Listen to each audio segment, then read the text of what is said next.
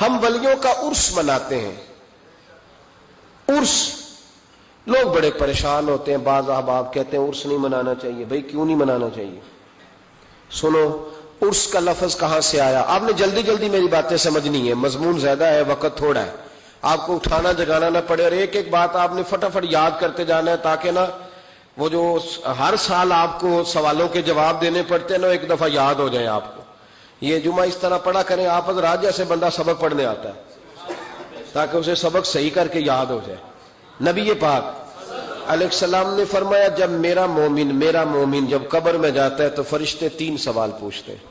من ربو کا, تیرا رب کون ہے؟ ما دینو کا, کس مذہب کا ماننے والا ہے؟ ما کنت تقول فی حق حاضر راجل, بتا دنیا میں مصطفیٰ کے بارے میں کیا کہتا تھا, ان کے بارے میں تیرا عقیدہ کیا تھا؟ بھئی ہم نے تو کھل کے کہنا ہے, ہم کہا کرتے تھے بالغ الغلام کمال. بچے کو آتا ہے, ہم نے کہنا ہے بالغ الغلام کمال, کاشف الدجا بجمال ہی, حسنت جمیع خصال ہی, کیونکہ صلو علیہ. ہمیں تو یاد ہے, رٹا لگا کے یاد کیا ہوا ہے.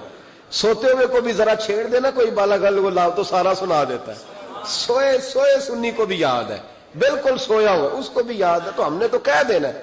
وہ ڈھونڈتے پھریں گے کہ میں کہا کرتا تھا حدوں میں رہنا چاہیے, اتنی بات کرنی چاہیے, اتنی نہیں کرنی چاہیے. ہمیں تو یاد ہے. ہمارے تو آپ یقین کریں, بڑی سادی سی بی بی سے کبھی پوچھیں کہ کوئی نعت شاعت آتی ہے تو وہ بھی کہہ دیتی ہے تیرا کھاواں تے تیرے گیت گاواں یا رسول. بالکل ان پڑھ سادی, بالکل یہ بات اسے بھی یاد ہے.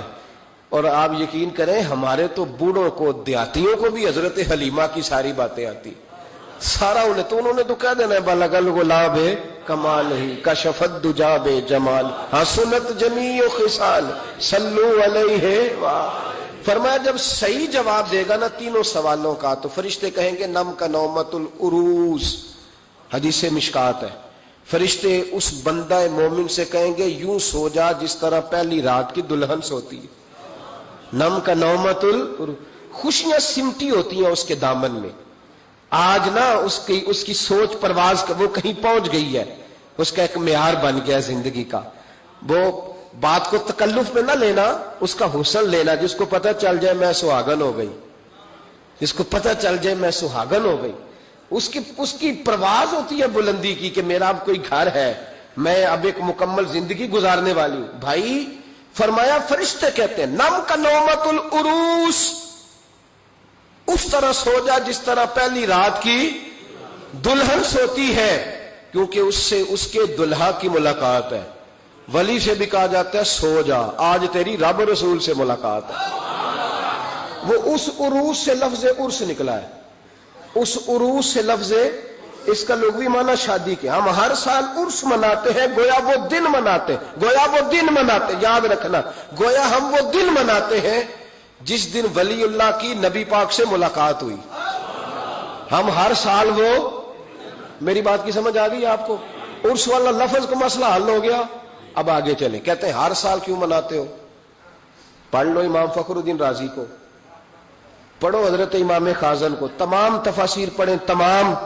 نبی کریم سید عالم صلی اللہ تعالی علیہ وآلہ وسلم ہر سال شہدائے احد کے مزاروں پہ جاتے. حضور ہر سال شہدائے احد کے مزاروں پہ ہر سال حضور جاتے.